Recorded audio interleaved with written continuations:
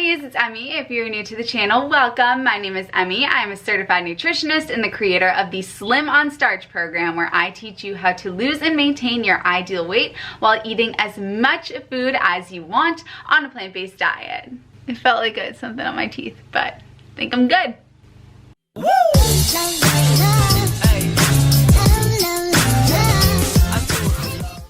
Alright honey, so I hit the Insta and I said, what questions do you guys have about a plant-based diet? I got tons of awesome questions and I'm not going to be able to get to all of them, so if you do want a part 2, leave a comment and I'm more than happy to do a part 2, but let's go ahead and get into them now. A lot of them sounded like you guys are trying to get onto the starch-based, plant-based diet, and if that is the case and you just don't know where to start, click the link in my down bar and I have a free grocery list for you guys to follow. It's all organized by sections of the grocery store. It's super easy to follow. There's money-saving tips on there. I got you covered, honey. And like I said, it's for free, and he said it's for free, and I said sure. So I've screenshotted all the good ones. They were all fabulous. Honestly, they're all fabulous, but I like to do when I do these Q&As to sort of have a common theme that we're going on, so let's go ahead and get into them. The first question is, how do you get your omega-3s and omega-6s eating a low-fat diet? So this is a common fear, is that we're not going to be able to get enough fat on this diet because the foods are naturally lower in fat. But developing a fat deficiency is very difficult for humans to do. And so long as you are eating enough calories, you are getting enough fat in your diet if all the foods that you're eating are whole plant foods, because all whole plant foods have fat in them. Oats are about 15 to 20% fat.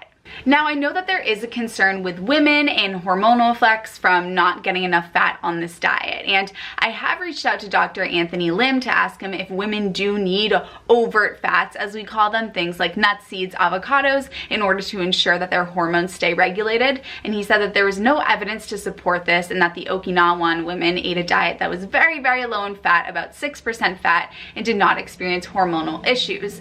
What the issue tends to be is that people aren't able to get enough calories on this diet. Foods that are high in fat are also very high in calories, and so if you cut out foods that are high in fat like avocados, nuts, and seeds, then what might happen is that you're not getting enough calories in your diet. So if you find that you start to have hormonal issues, it could be because the body fat that you have is low, because you're not eating as many calories and your weight has dropped. And so to ensure that you are getting enough calories, some people do need to add overt fats back into their diet. And if you are worried about this, if you are worried about developing some sort of omega deficiency, which is very hard to do unless you are malnourished, not eating enough calories, then go ahead and add some flaxseed onto your oatmeal so that you can have that peace of mind that you are okay in terms of the amount of fat that you're consuming. But like I said, the original point that we got to get across here is that so long as you're eating enough calories on whole plant foods, all whole plant foods, potatoes, grapes, they all have fat in them. So as long as you're eating enough calories, you're getting enough fat. And if you are still nervous about it, just add a little bit of flaxseed to your oatmeal. What can I eat to have your hair? That is so sweet of you to say. I always have had a lot of hair. I have a lot of hair on my head. However, people do experience hair thinning when they develop a plant-based diet. And the reason for this, once again, is not getting enough calories, not eating enough food. And the hair will start to fall out because we're not getting enough. So if you find that you're not getting enough calories, then add in some things that are lightly processed, like breads, cereals, pastas, tofu, tempeh, or things like nuts and seeds and avocado that have more calories in them to ensure that you're getting enough calories. Did your energy levels or recovery times change before or after going vegan? When I first developed the plant-based diet, my running performance skyrocketed. I was running the fastest times I've ever run in my entire life, even when I was intensely training as a track athlete. And the reason for this is that this diet is so high in carbohydrates, which means it's packed with glucose, which is the body's preferred source of fuel. Glucose is what every single one of the trillions of cells in our body runs off of. It's glucose, and glucose comes from carbohydrates. So when we're fueling up on this diet, which is so high in carbohydrates, it's like pouring the highest quality gas into our car, and our body says, thank you. We have tons of glycogen in our liver and our muscles that allow us to push through awesome workouts and just feel energized day in and day out. How long does it usually take for somebody to adjust to salt-free? So the thing with being salt-free is that for some people, it's awesome. For others, it might not be the best thing to do. It does take about 21 to 30 days for your taste buds to renew in a sense and get over that hump if you are trying to go salt-free. With my clients, we try to go salt-free, but not everybody has to go salt-free. Not all of my clients are salt-free. There are some people that have low blood pressure, other people who are extreme athletes. Some people do need to add a little bit of salt back into their diet. Also, there are people who just won't eat any of this food if there isn't salt on it. And I would so much rather have you have potatoes with a little bit of salt on it than have a Big Mac. So for some people, eating salt-free is not the most optimal thing. The reason why I do the salt-free thing is because salt contains sodium. Sodium is an essential nutrient, which means we have to get it from the food that we eat, and it's not commonly found in nature. So our body is really great at detecting when something has sodium in it. So when something has sodium in it, our body says, yes, this has a ton of sodium, eat this. Salt is packed with sodium. So when a food has salt added to it, we tend to overeat and eat too much because our body is saying there's a lot of sodium in here. So we downgrade the salt consumption in order to ensure that hunger cues are aligned with what we actually need to be eating. But like I said, not everybody has to go salt-free. But to answer the original question, 21 to 30 days. Do you have to track calories? I do not recommend tracking calories. One of the reasons why I don't is that calorie trackers are wildly inaccurate. Even if you weighed everything to a T, the amount of calories that something supposedly has 15% room for error. So 15% of a 2,000 calorie diet is 300 calories, and that's if you weighed everything perfectly to a T.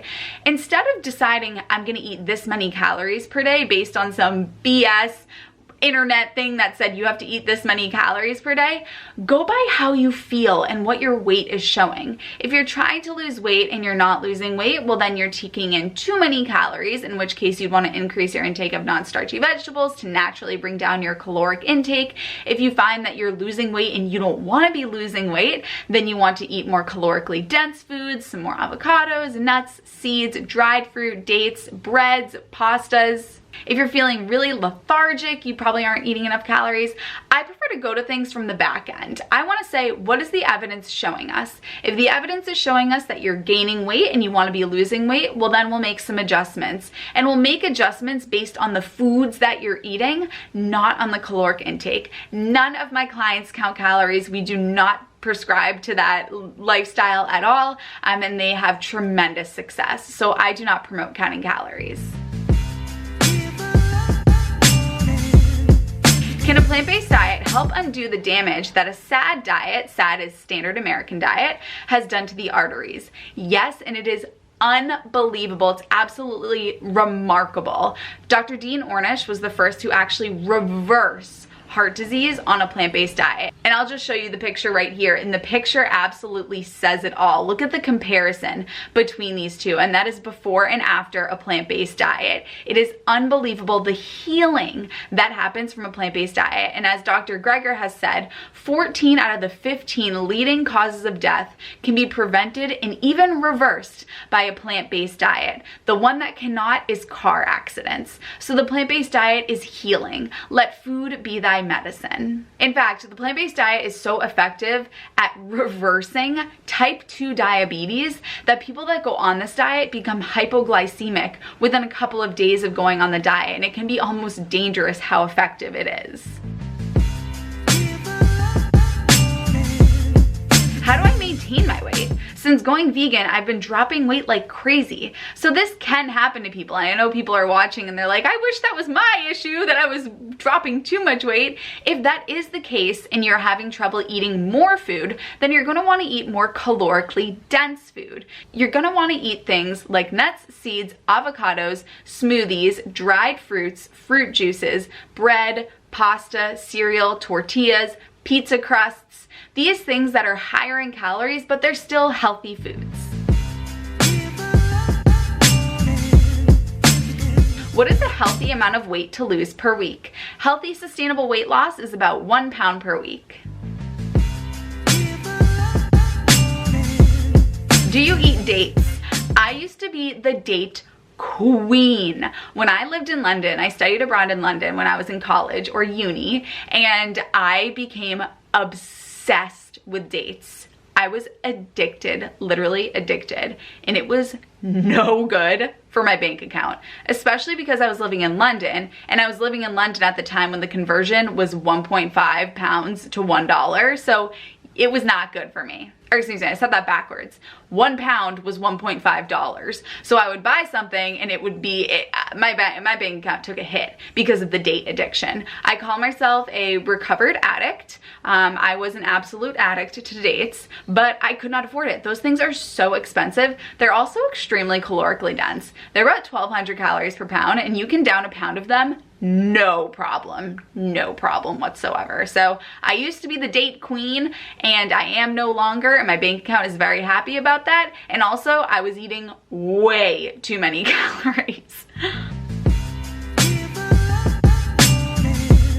Your favorite variety of potato? I can't choose a favorite, but the Hawaiian sweet potato, honey.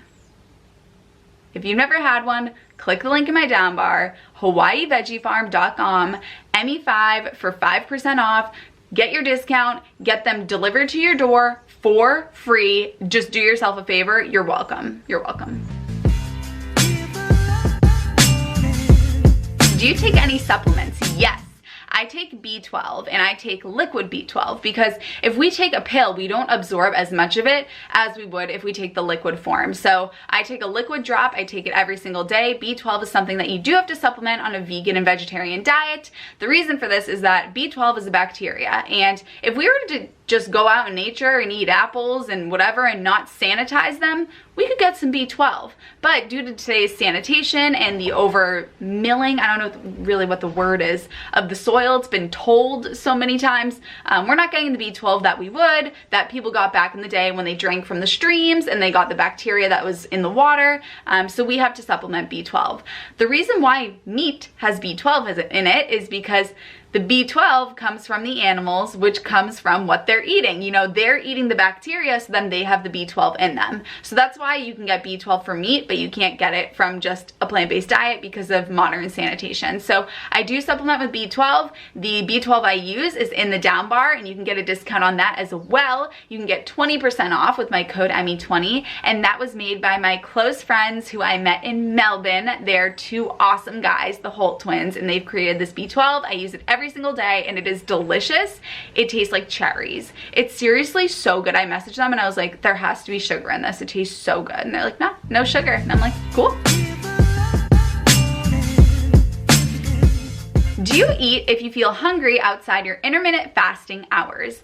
I do not strictly intermittent fast. I don't say it's this time I have to start eating at this time and I stop eating at this time. I've made a video about this before, how I naturally don't eat in the morning. I eat the majority of my calories at night, so that when I wake up the next morning, I'm not hungry because I'm probably still digesting what I ate the night before.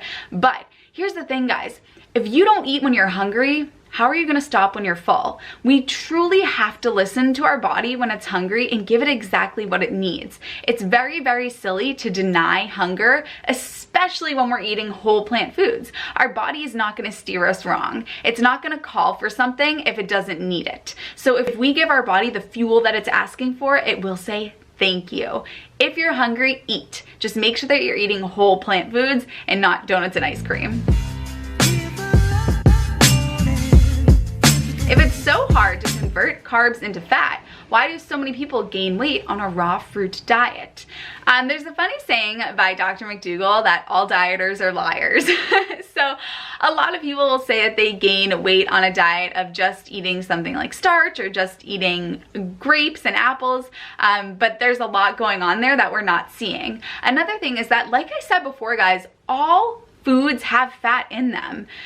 all fruit has fat in it, and if you're eating too many calories, you'll store the minimal amount of fat that you're eating. So even if you're eating raw fruit, if you're eating 4,000 calories of it a day and 5% of it is fat, then that little bit of fat that's over your daily calorie needs is going to be stored as fat. And if you do that over a long period of time, that little bit of fat that's being stored is going to add up.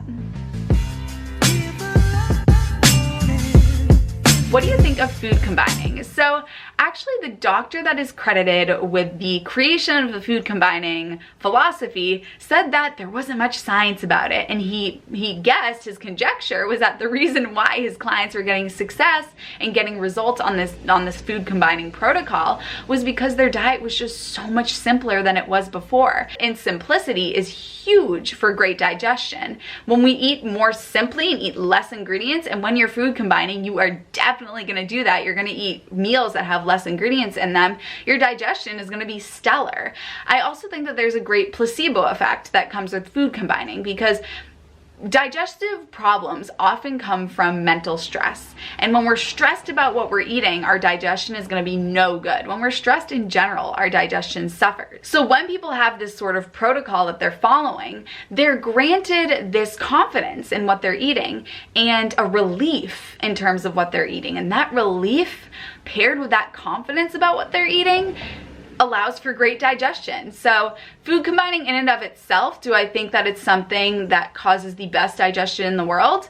No, but I do see the benefits of it because it allows people to eat a more simple diet, and it grants them the confidence in what they're eating. All right, honeys, that is it for the Q&A. If you want a part 2, leave a comment below and part 2 shall come for you. I love you, and I'll see you in my next video. Woo!